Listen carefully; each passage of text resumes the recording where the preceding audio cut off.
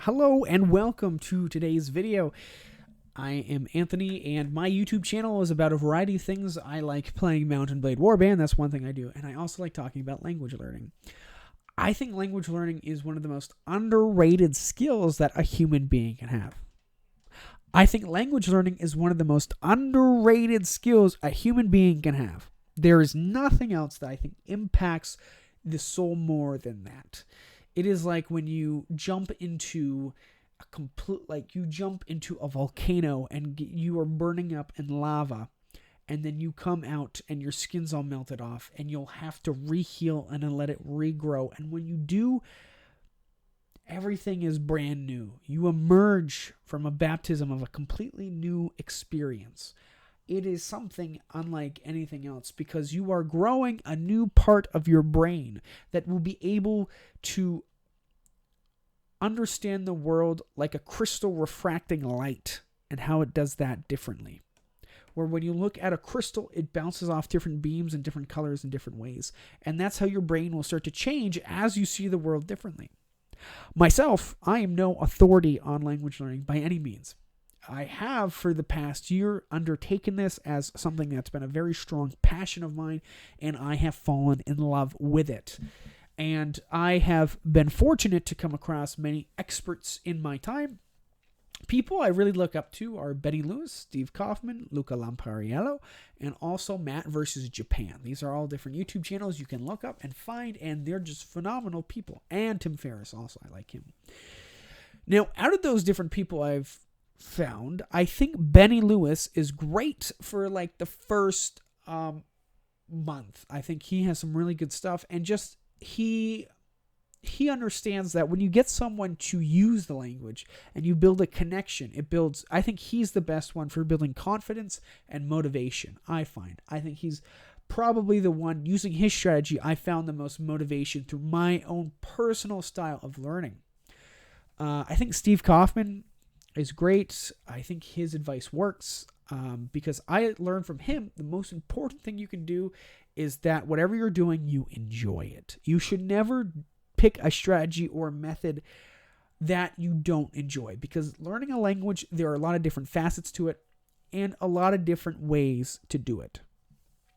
Now, though, this is where I get into Matt's theory for Matt versus Japan. Him, I like the most because his method, I believe, works. I think out of everyone who I've looked at, he is about creating an immersive environment. So that means whenever you get the chance, you should have the language being played in your ears. You get an iPod like this baby right here. You have it in your pocket with headphones strung through your shirt. This doesn't have Wi-Fi, only French podcasts from me. And I listen to it all the time, baby. And you do that, and the hours rack up, and your ability in the language will skyrocket. I will tell you, there's nothing more beneficial than having massive exposure to the language, because your brain is learning how to hear and distinguish consonants and vowels and little subtle things, how speech sounds when someone is just waiting and they're just like, when they're doing that. And you learn to take all the words you've heard that you've seen in written, and you practice hearing them in the spoken. And plus, you constantly hear the same words over and over again. So it actually helps you remember things even better. And on top of that, you want to combine that with just watching tons of TV shows and just immersion that way through watching TV, also listening to podcasts, and then combine that with Anki.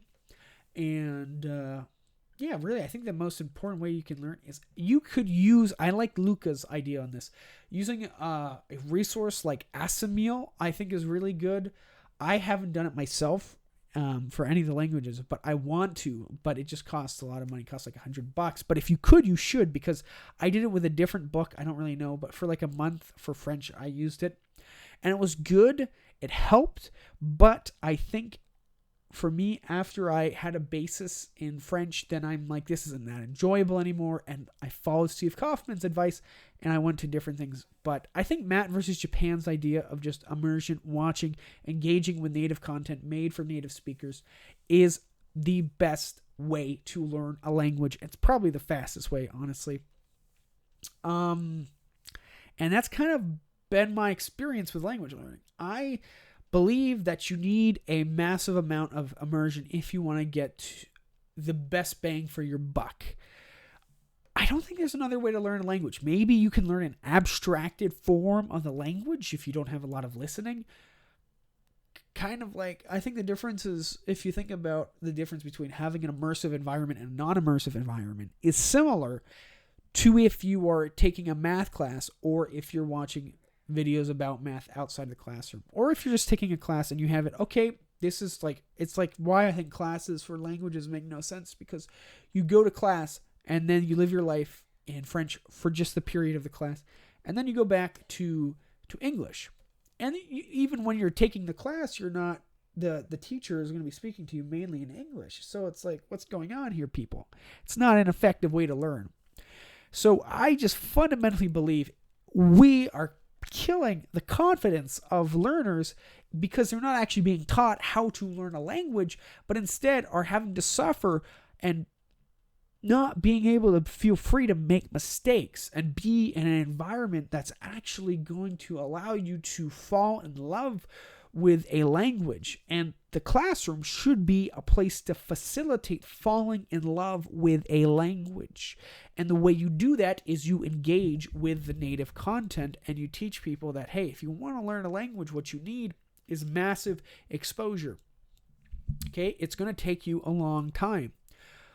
It's weird because so you can reach a decent level, like an intermediate level, in a very short amount of time. I think in a couple months for most people, if you're doing like a pretty immersive environment, you can get, and depending on the language, of course, if it's really close to your native language or not, you can advance your skills quite rapidly.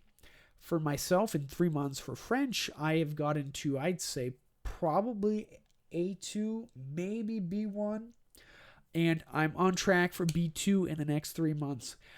Now, here's the thing. If you want to get to mastery, which is a C1 or C2 level, I don't think it's, unless you want to like live in that country, or you need it for your job, or you need it for some important thing. At B2, you can have deep, meaningful conversations. That's kind of, and you can get around and make friends and have friends in another language once you get to B2. And for myself, that's my goals for each language I go, because I mean, my lifestyle, I'm really only going to need English for my life. I live in a very homogenous place, so there's only a lot of English speakers here. I mean, there's a couple of French speakers. I live in Vermont. But overall, I mean, I've kind of fallen in love with languages just because I love people and I love to connect with people, and language is a way to facilitate that process of showing people just that you care and that it's important that you learn about their culture and you put actions behind your words. And I think it's something beautiful and something that truly is a profound thing when you learn a new language. And I think it's frankly, I think if you set up an immersive environment, it's going to be a lot easier than you think. I think if you're constantly listening to the language, you're constantly watching TV shows, you're doing that all the time, there's no doubt in my mind that your ability in the language will improve. And you want to supplement it. That's the key, right? The key is the supplementation. But I've heard this analogy before, but it's like the body, the best way to fight a disease and fight sickness when you're sick is hydration. Okay.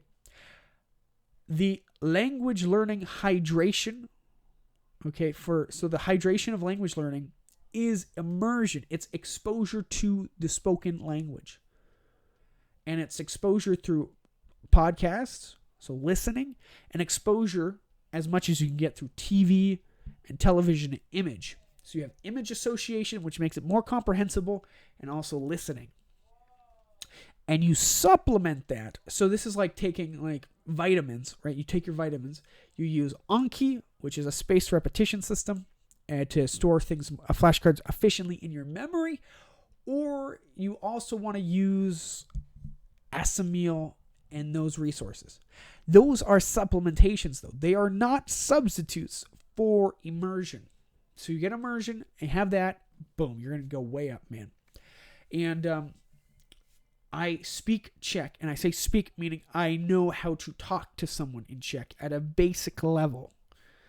And I'm almost at fluency in French, I think. I have a couple more months to go and I'll be there where I can say, yep, I'm fluent in French. But I'm not fluent in Czech by any means. But I can have a conversation with someone in Czech. Like, and be like, oh, yeah. And, I can do the chef pretty well, I think. So, yeah, I'm pretty happy. And I want to continue learning. My goals are after this. I think I want to go after... I don't want to learn Russian. I know I should because I can have an opportunity to go there for school. I'm just not there with the language yet. I'm sure I'd fall in love with it once I get into it. But right now, I don't know. It's hard because for me, I think, oh, I love Czech so much. Can I really learn French? I don't really care about French. And I started to learn French. I'm like, oh, I love French. Russian, maybe that'll be the case. And then after Russian or before Russian, it's going to be probably Japanese or Chinese. But yeah, so Chinese, Japanese, Russian, French, Czech, and English. Those are what I want to have down. To get most to B2. Although Czech, I love Czech, but it's a hard one. Anyways, I'm just complaining at this point. Well, I hope you guys have a great day. Goodbye.